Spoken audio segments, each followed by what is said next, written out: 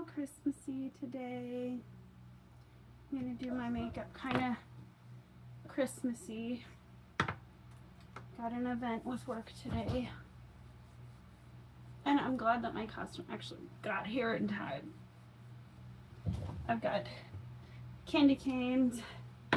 When I bought this, though, I bought it online. I thought the skirt was going to be longer. So, like, I've got another skirt underneath it.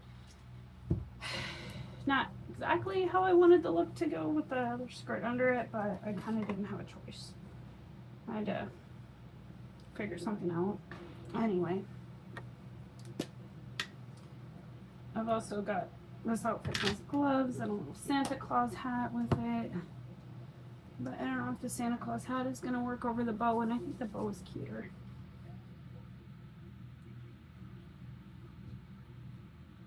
It's also really cold outside. So I'm not really looking forward to how cold my legs are going to get while I'm going to the event. But people just kind of expect me to dress up now, you know, because I usually am dressed up.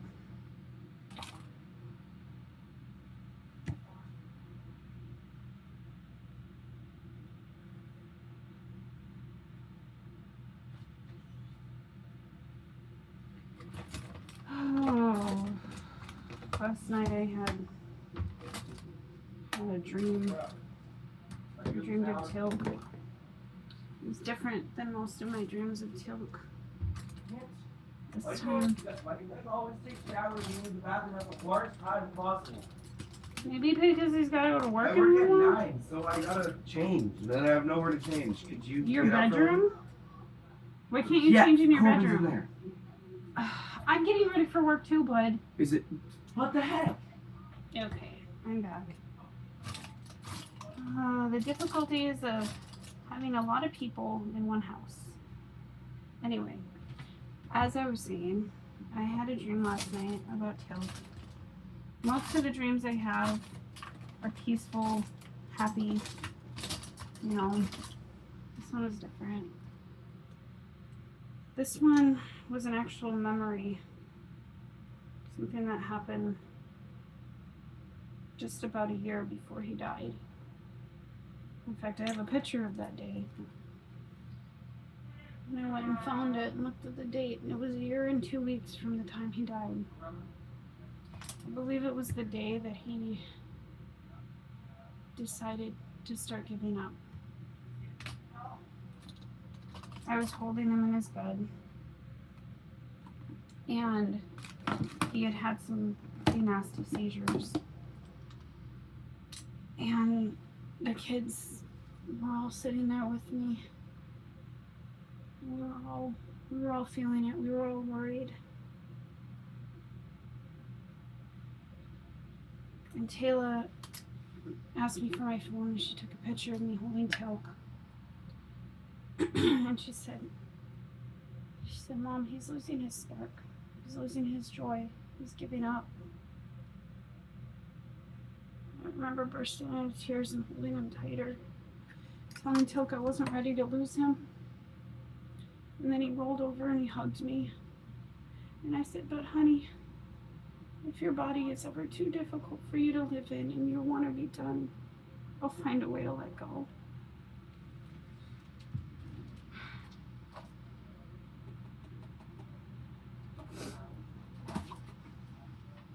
She was right. Taylor was right. Tilk's energy was different. He was giving up. He couldn't win the battle against seizures, and it was just getting worse as he got older. And that day was hard.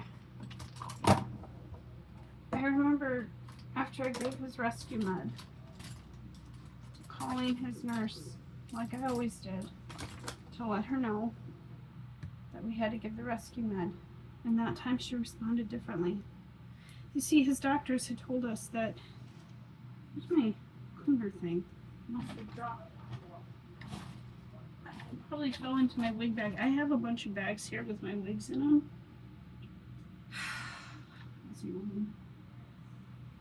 I guess I'll just. And the toilet paper fell on the floor too because I don't have a toilet roll holder thing. Anyway.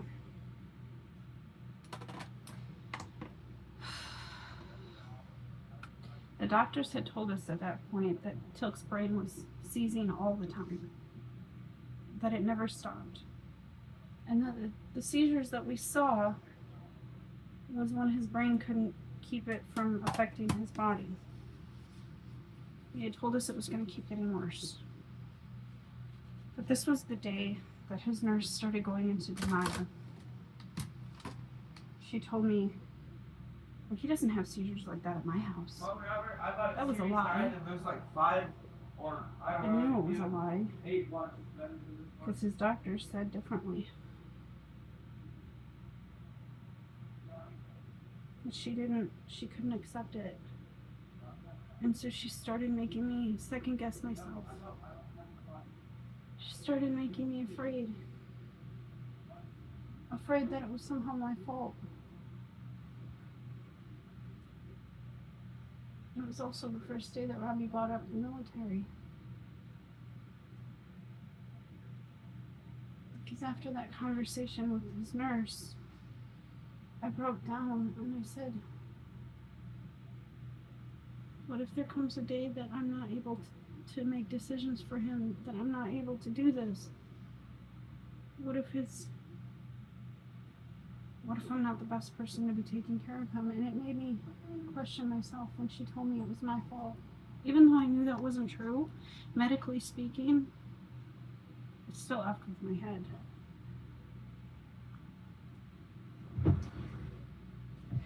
Hi, honey. And that was the day Robbie started talking about going to the room. After I'm done with this, I gotta go to work. Mommy's gotta go to work today. Well, we can snuggle for a few minutes, okay? Why don't you go have some breakfast? Hi, baby.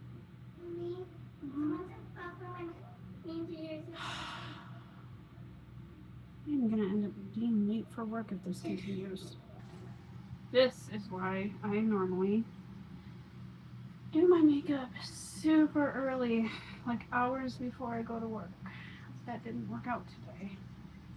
Because otherwise it's constant interruptions. Anyway, like I was saying, that day was really hard. I knew that our time was short. And I didn't know what I was supposed to do next. But for at least a few months, his nurse had convinced me that it was in my head. Even my husband told me, no, you just want him to go. No, it wasn't that. Toke was telling me. You too? I'm never gonna get through this morning without constant interruptions. How many interruptions are we gonna have today?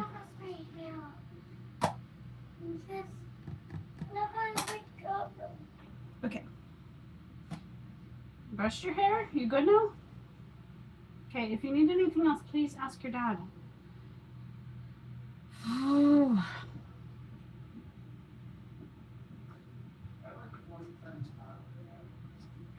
Anyway.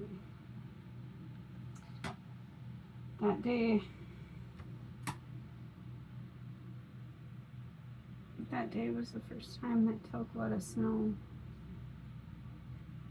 that he was getting weaker, that he couldn't fight much longer. A few months later, right around Christmas, he got really, really sick. I thought I was gonna lose him right then. I'm sitting in the bathroom with him, running the hot water to help him breathe better. And I called his nurse, like I always did in emergencies. And once again, she told me, she's like, you're being dramatic. He's fine. She's like, he's fine. Stop getting so panicky over everything. But the thing is he wasn't fine. He was in terrible pain. And it still took a couple of months for doctors to figure out that he had kidney stones.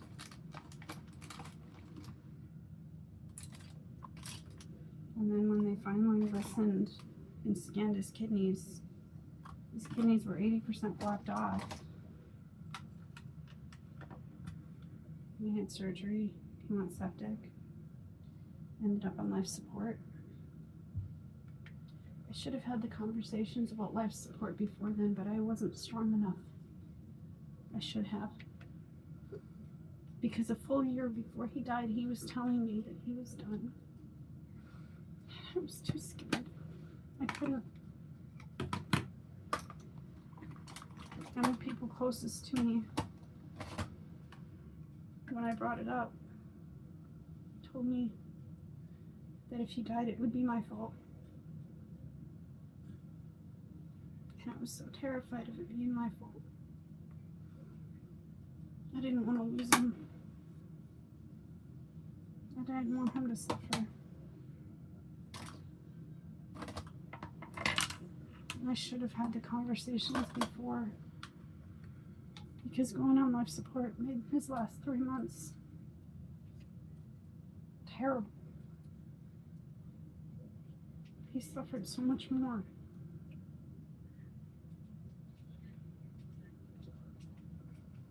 Maybe that's why I had that dream last night, stuck in that memory.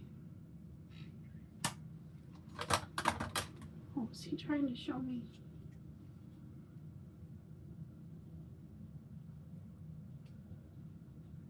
Just made me feel like I failed him. Should have had this conversation sooner. I tried to. I never talked to his actual doctors. I talked to other family members first. And they convinced me that if I brought it up, that they'd take him away from me. And it wasn't ever true. When I finally did talk to the doctors about it, they said they were so glad because they had been wanting to bring it up for a year or more. And I said, we didn't think you were ready.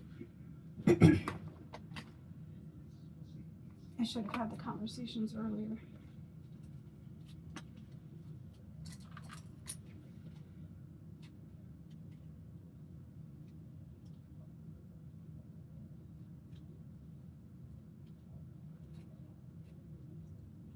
I know that Toke doesn't blame me for that.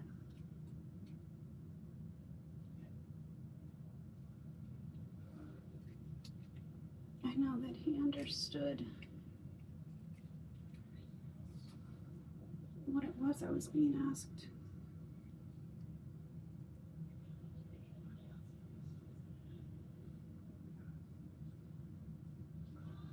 He tried to spare me from it.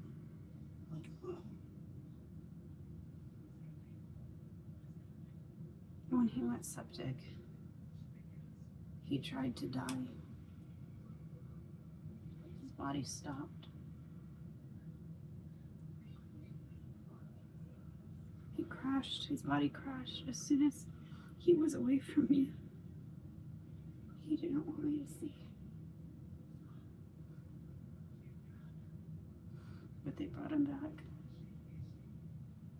And I told him, I'm so glad you're still here with me, but I understand you didn't want to be. And I promised him that next time I'd let him go.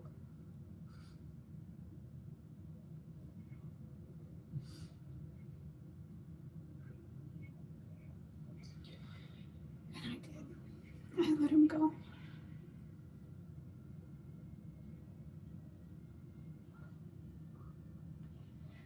I promised him that I'd let him go, but he had to promise me that he'd let me be there when it happened. And he did. I was holding his hand. next to his bed. I held him for 20 hours. Just him and me. I held him tight. And then I was sitting next to him, not in his bed, when he died.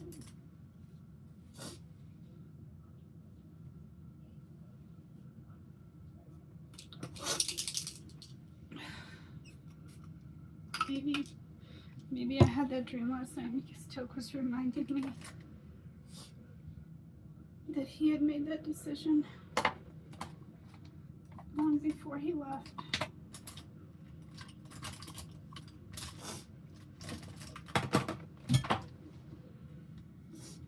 That he was preparing me to let go.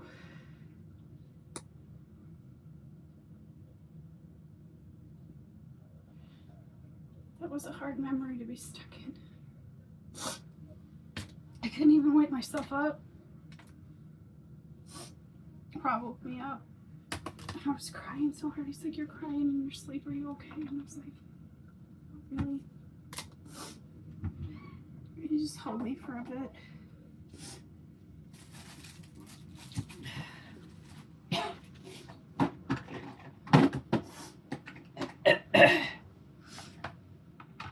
I need to pull myself together.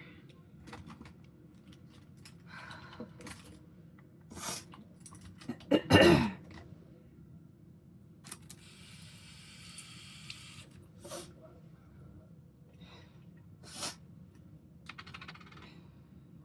didn't blow my nose. Hang on.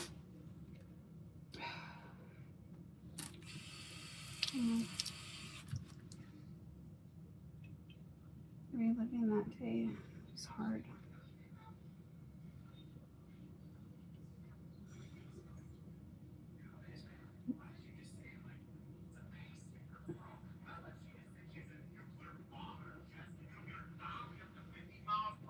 What are you watching? That's really loud.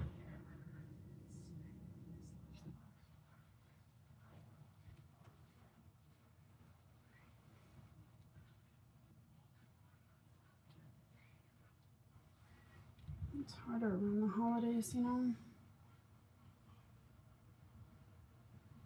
It hurts more. I mean, it hurts every day, but all of our holiday traditions, you know, incorporated all of our kids, obviously. And last year, at this time, Robbie was in the Army. He was getting ready to go to airborne school. He had just finished AIT, and he was on leave. In fact, last year today is when I picked him up from the airport for Christmas. And we filled everything with activities.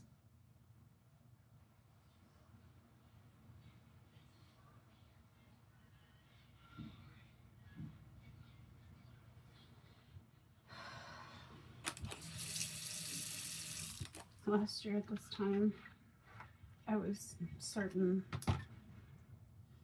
that my marriage was going to end. In fact, I checked my wedding ring at Lake Superior.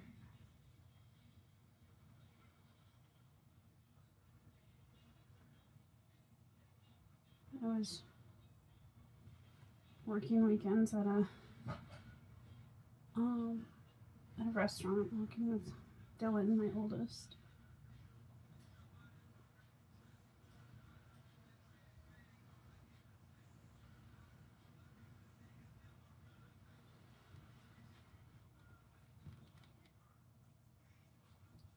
This year, everything's quiet and still, and that's not a bad thing. But in some ways, it's somehow harder.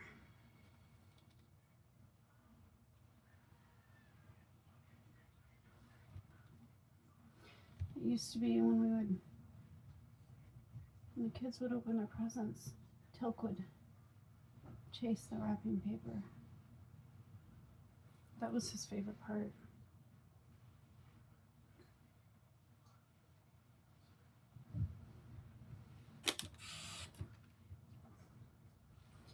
would be a big chaotic mess of flying wrapping paper.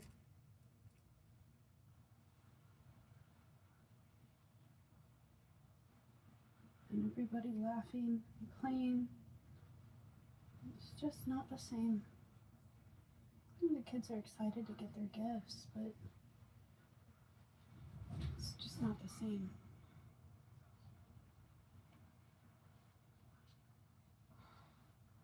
What do you need, babe? Yeah, you can have that.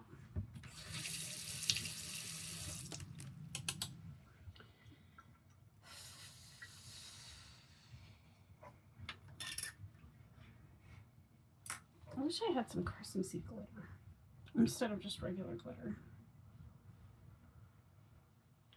I know from last time not to put the glitter directly on the candy canes because it smears them.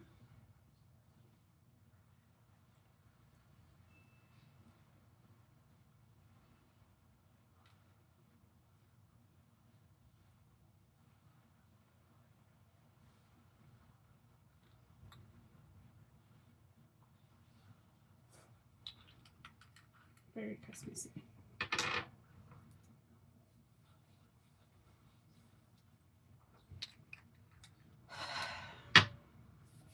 Anyway, if you stuck with me, I know this was like an emotional one. Also a little bit frustrating getting constantly interrupted. But we got there. Oh, mascara. Almost forgot the mascara.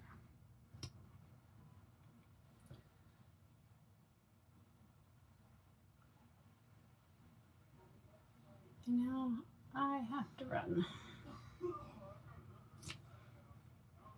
I'll see you guys soon.